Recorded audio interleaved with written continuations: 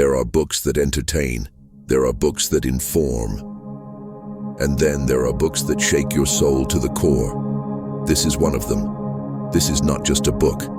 It is a mirror that reflects the meaning of your suffering, the purpose in your pain, and the power in your existence.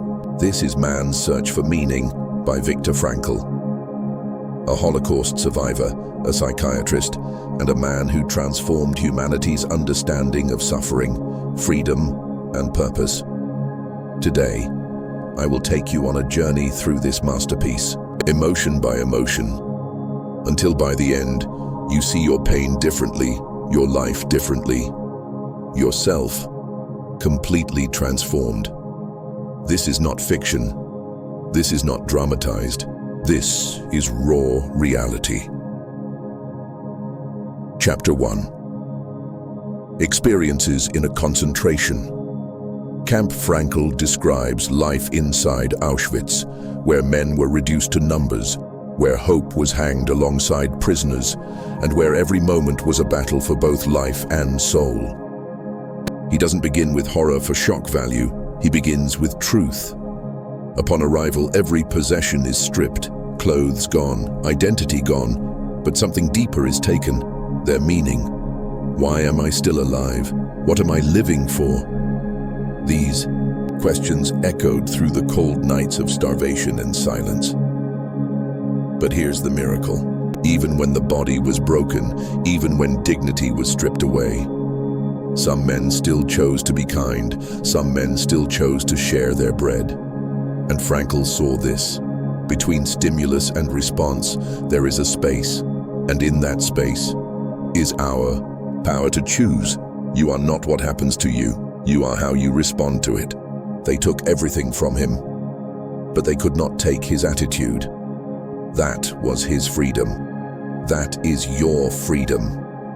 He speaks of days filled with work, starvation, and endless humiliation. He speaks of cold mornings, of frostbitten limbs, of standing naked before SS guards. But even in those brutal moments, a man could look up at the sky and find beauty in a sunrise. A man could remember the face of his beloved and smile. He realized, even in suffering, there is a choice.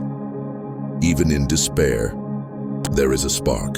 Even in the presence of death, there can be life.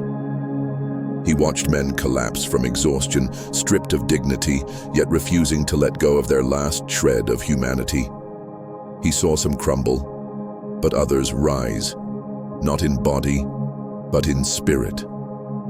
He saw that no matter the prison walls, no matter the hunger, fear, and despair, the soul could remain unshackled.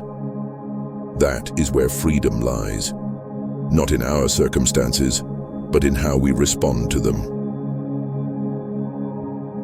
Chapter 2. Logotherapy in a nutshell. Out of the ashes of the camp, Frankl developed a revolutionary therapy, logotherapy. Logos in Greek means meaning, where Freud saw pleasure as life's driving force, where Adler saw power, Frankl saw something far greater, meaning. He said, life is never made unbearable by circumstances, but only by lack of meaning and purpose. You can survive anyhow if you have a why. Logotherapy isn't just therapy, it's a challenge. It says, stop waiting for life to give you meaning. You must give life meaning. You can find that meaning in 3 ways: through work or achievement, through love, especially love for another human being, and through suffering, if you face it with courage. This is not just psychology, this is soul work. It's the fire that says, yes, I am hurting, but this pain will not be wasted. I will not suffer for nothing. I will use my pain as fuel. That is meaning. Frankl says meaning is unique to each person, and it changes from moment to moment. Your life's meaning isn't something you find in a book or in someone else's footsteps.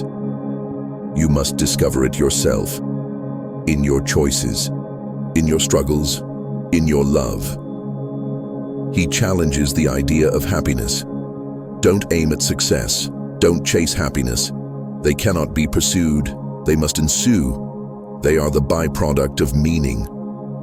If you know your why, you can endure any how. He also says we must stop asking what we expect from life, and instead ask what life expects from us. Each moment demands an answer from us. Each challenge presents a question, and how we answer defines the meaning we create. Chapter 3.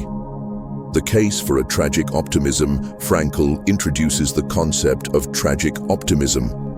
It's the idea that we can remain hopeful even while embracing life's tragic elements. Suffering, guilt, death, all three are inevitable, but none of them have the final word. Frankl believed and proved that even in the darkest darkness, the human spirit can still shine. Even when life is painful, uncertain, even terrifying, we can still say yes to life. We can still choose meaning. We can still find purpose, even if our life is one great trial. We can turn it into a testimony, even if you've lost everything as Frankl did, even if you've walked through hell as he did. You still have your freedom to choose how you respond, and that freedom is your salvation. Don't wait for a perfect life. Don't wait for all problems to disappear. Learn to say yes to life in spite of everything. That's how we win. That's how we rise. This book tells us that suffering is not the enemy. Meaningless suffering is that we are not victims of our past. We are authors of our future. That purpose is not found. It is forged in the fire of adversity.